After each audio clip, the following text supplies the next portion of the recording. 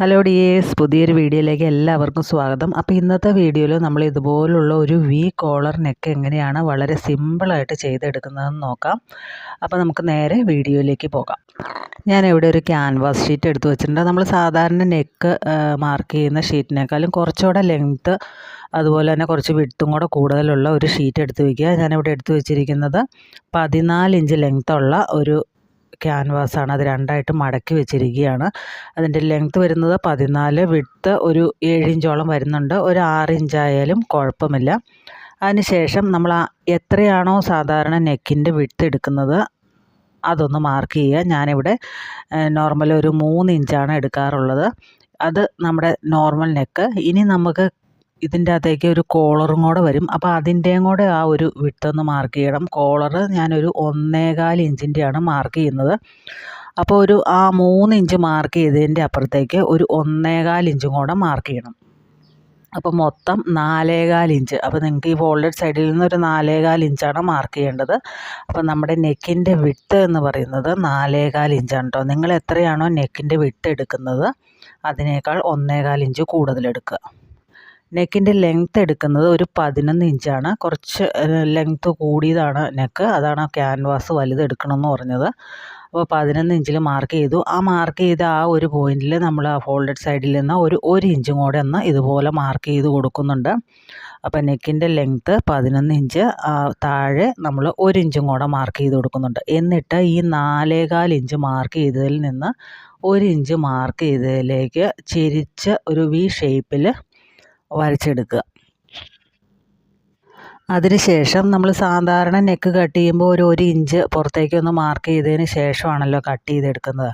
അപ്പോൾ അതുപോലെ ഒരു ഇഞ്ചൊന്ന് പുറത്തേക്കും കൂടെ മാർക്ക് ചെയ്യുന്നുണ്ട്. അതും ഞാനവിടെ ഒരു സ്കെയിൽ വെച്ചിട്ടൊന്ന് കറക്റ്റായിട്ട് വരച്ചെടുക്കുന്നുണ്ട്. നമുക്ക് തുണിയിലേക്ക് ഒട്ടിച്ചെടുക്കണതിന് ആ ഒരു ഇത് ഉപകരിക്കും. അപ്പോൾ അതുകൊണ്ട് 1 ഇഞ്ചും കൂടെ മാർക്ക് ചെയ്തിട്ടുണ്ട്. അപ്പോൾ അതും ഒന്ന് സ്കെയിൽ വെച്ചിട്ട് നന്നായിട്ട് വരച്ചെടുക്കുന്നുണ്ട്. ഇനി ഈ കാണുന്ന വരയിൽ കൂടെയാണ് നമ്മളിപ്പോൾ കട്ട് ചെയ്യുന്നത്, ഉള്ളിലും അതുപോലെ പുറമേ. അപ്പോൾ നെക്കിൻ്റെ വിഡ്ത്ത് മാറിപ്പോകാതിരിക്കാനായിട്ട് ഞാൻ സെൻറ്ററിലും കൂടെ ഒന്ന് വരച്ച് വെച്ചിട്ടുണ്ട്. ഇനി നമുക്കതൊന്ന് കട്ട് ചെയ്തെടുക്കാം. പുറം ഭാഗം ഞാൻ കട്ട് ചെയ്തെടുത്തു. ഇനി ഇതുപോലെ ഒരു ബ്രിഡ്ജ് പോലെ വെച്ചതിന് ശേഷം ഉൾഭാഗവും കൂടെ കട്ട് ചെയ്തെടുക്കണം. അപ്പോൾ ഇങ്ങനെയാണ് നമ്മുടെ നെക്ക് വരുന്നത്. അപ്പോൾ ഞാനിതിപ്പോൾ അളന്ന് നോക്കിയപ്പോൾ എനിക്കൊരു 11 ഇഞ്ച് ലെങ്ത്താണ് കിട്ടിയത്. 12 ഇഞ്ച് കിട്ടിയിട്ടുണ്ട്. നമ്മൾ 11-ലല്ലേ കട്ട് ചെയ്തത്, പക്ഷേ 12 കിട്ടിയിട്ടുണ്ട്. അപ്പോൾ ആ 12-നേക്കാൾ ഒരു 2 ഇഞ്ചും കൂടെ കൂടുതൽ നമ്മൾ ആ ഒരു ഉള്ളിൽ വെക്കണ കോളറ് എടുക്കണം. അപ്പോൾ ഞാൻ 2 പീസ് അവിടെ ക്യാൻവാസിൽ കട്ട് ചെയ്തെടുത്തിട്ടുണ്ട്. അതിൻ്റെ ലെങ്ത്ത് വേണ്ടത് 14 ഇഞ്ചും അതിൻ്റെ വിഡ്ത്ത് വേണ്ടത് 1.25 ഇഞ്ചുമാണ് കേട്ടോ. അപ്പോൾ മറന്നു പോകരുത്, 1.25 ഇഞ്ച് വിഡ്ത്തും 14 ഇഞ്ച് ലെങ്ത്തുമാണ് നമുക്ക് വേണ്ടത്. അപ്പോൾ അത് കുറച്ച് 14 ഇഞ്ചിനേക്കാൾ കൂടുതലുണ്ട്. അപ്പോൾ ഞാനത് കട്ട് ചെയ്ത് മാറ്റുകയാണ് കേട്ടോ. അത്രയും നമുക്ക് ആവശ്യമില്ല.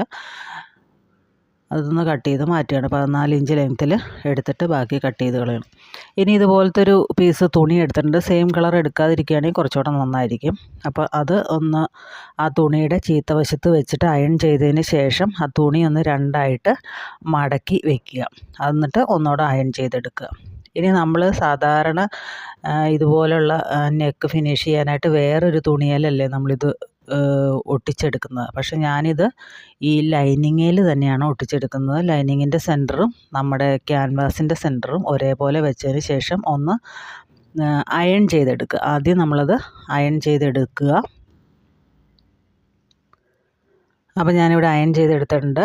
അതിന് ശേഷം നമ്മുടെ മെയിൻ പീസിൻ്റെ നല്ല വശവും നമ്മുടെ ലൈനിങ്ങിൻ്റെ നല്ല വശവും ഒരുപോലെ വെച്ചെടുത്തേക്കുവാണ്.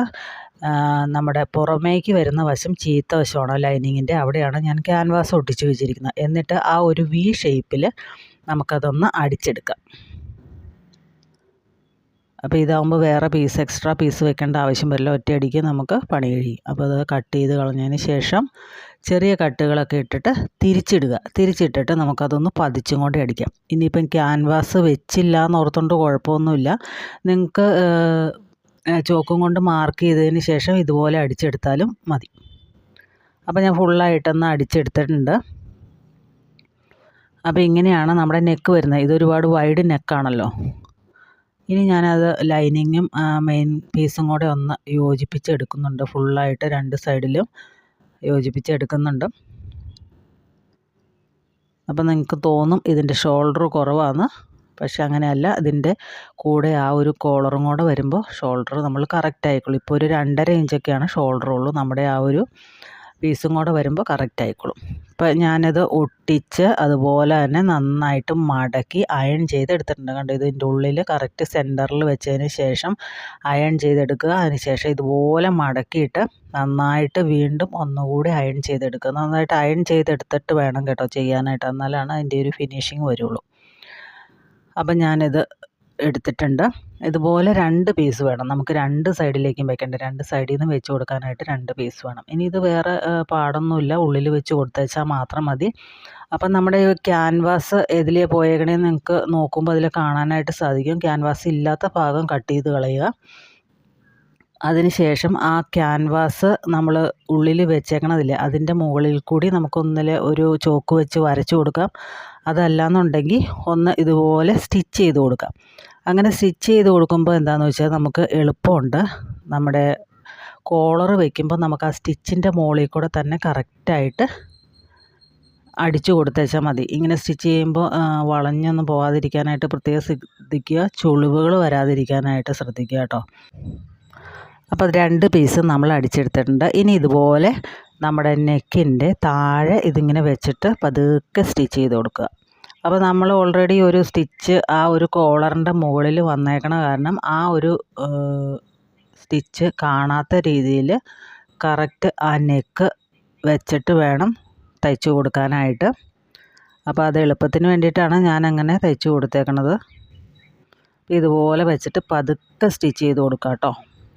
ഇങ്ങനെ വെച്ച് കൊടുക്കുക. അപ്പോൾ ഒന്നിൻ്റെ മുകളിൽ ഓവർലാപ്പ് ചെയ്ത് വരുന്ന രീതിയിലാണ് ഈ ഒരു നെക്ക് വരുന്നത്. നിങ്ങൾക്ക് തോന്നാം ഈ നെക്ക് ഭയങ്കര വൈഡാണെന്ന്. നമ്മളിതിൻ്റെ താഴ്ഭാഗത്തായിട്ട് വേറൊരു പീസും കൂടെ വെച്ച് കൊടുക്കുന്നുണ്ട് കേട്ടോ, കുർത്തയുടെ സെയിം കളറുള്ള പീസ്. അപ്പോൾ നമ്മുടെ നെക്ക് കറക്റ്റ് ആവും. അപ്പോൾ ഒരു സൈഡിലെത്തി അവിടെ കുത്തി നിർത്തിയിട്ടുണ്ട്. അതിന് ശേഷം അടുത്ത പീസും ഇതുപോലെ വെച്ച് കൊടുക്കുക. എന്നിട്ട് വേണം ആ ഒരു സെൻറ്റർ ഭാഗം അടിക്കാനായിട്ട്. ആ പീസ് വെച്ച് കൊടുത്തതിന് ശേഷം ആ സെൻറ്ററിൽ കൂടെ വന്നിട്ട് വീണ്ടും തുണി തിരിച്ച് വെച്ചിട്ട് നമുക്കിതുപോലെ ഒപ്പം വെച്ചിട്ട് തയ്ച്ചെടുക്കാം കേട്ടോ. നമ്മൾ ആ സ്റ്റിച്ച് ചെയ്തേക്കണ ലൈനിൻ്റെ മുകളിലേക്ക് ഈ ഒരു നെക്കിൻ്റെ പീസ് വെച്ചിട്ട് അടിച്ചെടുക്കാം. അപ്പോൾ 2 സൈഡിൽ നമ്മൾ തയ്ക്കുന്നതും ഒരേപോലെ ആയിരിക്കണം. അതായത് അതിൻ്റെ വിഡ്ത്ത്, ആ കോളറിൻ്റെ വിഡ്ത്ത് 2 സൈഡിലും ഒരുപോലെ ആയിരിക്കണം. നമ്മൾ എടുത്തിരിക്കുന്ന കോളർ കുറച്ച് നീളം കൂടുതലുള്ളത് കൊണ്ടാണ് മുകളിൽ കുറച്ച് നീളത്തിലിരിക്കുന്നത്. മുകളിലും ഉണ്ട്, അതുപോലെ തന്നെ താഴെയുണ്ട് കേട്ടോ. അപ്പോൾ അതൊന്ന് കട്ട് ചെയ്ത് മാറ്റി കളയണം. എന്നിട്ടത് ഓവർലോക്ക് ചെയ്യണം. ഞാൻ ഓവർലോക്ക് ചെയ്യാനായിട്ട് മറന്നുപോയി. നിങ്ങൾ ഈ കോളർ ആദ്യം എടുക്കുമ്പോൾ തന്നെ അതൊന്ന് ഓവർലോക്ക് ചെയ്തിട്ട് വെച്ച് കൊടുക്കുകയാണെങ്കിൽ എളുപ്പമായിരിക്കും. അപ്പോൾ ഇങ്ങനെ വെച്ചിട്ടുണ്ട്. നമുക്ക് ഇത്രയും നെക്കിൻ്റെ ലെങ്ത്തിൻ്റെ ആവശ്യമില്ല. അപ്പോൾ നമ്മൾ എത്രയാണോ നെക്കിൻ്റെ ലെങ്ത്ത് എടുക്കുന്നത് അതൊന്ന് ആ ഒരു കോളറയിലൊന്ന് മാർക്ക് ചെയ്യുക. എന്നിട്ട് താഴെ നമുക്ക് വേറൊരു പീസ് വെച്ച് കൊടുക്കാനുള്ളതാണ്. അപ്പോൾ ഞാൻ കുർത്തിയുടെ സെയിം കളറുള്ള ഒരു പീസ് എടുത്തിട്ട് അതിൻ്റെ ഒരു 3 സൈഡും ഒന്ന് അടിച്ചു കൊടുത്തിട്ടുണ്ട്. മുകൾ ഭാഗം ക്ലോസ്ഡായിട്ട് വരത്തക്ക രീതിയിൽ ഒന്നടിച്ച് തിരിച്ചിട്ട് ഒന്ന് അയൺ ചെയ്തെടുക്കുകയും കൂടെ ചെയ്യുകയാണെങ്കിൽ നന്നായിരിക്കും. അപ്പോൾ ഞാനിത് എടുത്തിട്ടുണ്ട്. ഇനി നമുക്ക് വേണ്ടത് കറക്റ്റ് നമുക്ക് എത്രയാണോ നെക്കിൻ്റെ ലെങ്ത്ത് വേണ്ടത് അതൊന്ന് മാർക്ക് ചെയ്യുക. എന്നിട്ട് ഇതിങ്ങനെ കറക്റ്റ് ഇതിൻ്റെ താഴ്ഭാഗത്തായിട്ട് വെച്ച് നോക്കുക കേട്ടോ. എന്നിട്ട് അതിൽ കൂടെ ഒന്ന് ചോക്കും കൊണ്ട് വരച്ച് കൊടുക്കുക. നമ്മൾ ഏതിൽ കൂടിയാണ് സ്റ്റിച്ച് ചെയ്യേണ്ടതെന്നുള്ള കറക്റ്റായിട്ട് ഇങ്ങനെ വെച്ചിട്ട് ആ ലൈനിൽ കൂടി ഒന്ന് സ്റ്റിച്ച് ചെയ്തും കൂടെ കൊടുത്തു കഴിഞ്ഞാൽ നമ്മുടെ കോളറ് ഇവിടെ റെഡി ആയിട്ടുണ്ട്. അങ്ങനെ വളരെ സിമ്പിളായിട്ട് ചെയ്തെടുക്കാൻ പറ്റുന്ന ഒരു കോളർ നെക്കാണിത്. അപ്പോൾ എല്ലാവരും ഒന്ന് ചെയ്ത് നോക്കുക. വീഡിയോ ഇഷ്ടപ്പെട്ടെന്ന് വിചാരിക്കുന്നു. കൂടുതൽ വീഡിയോസുമായിട്ട് നമുക്ക് വരും ദിവസങ്ങളിൽ കാണാം. Thanks for watching.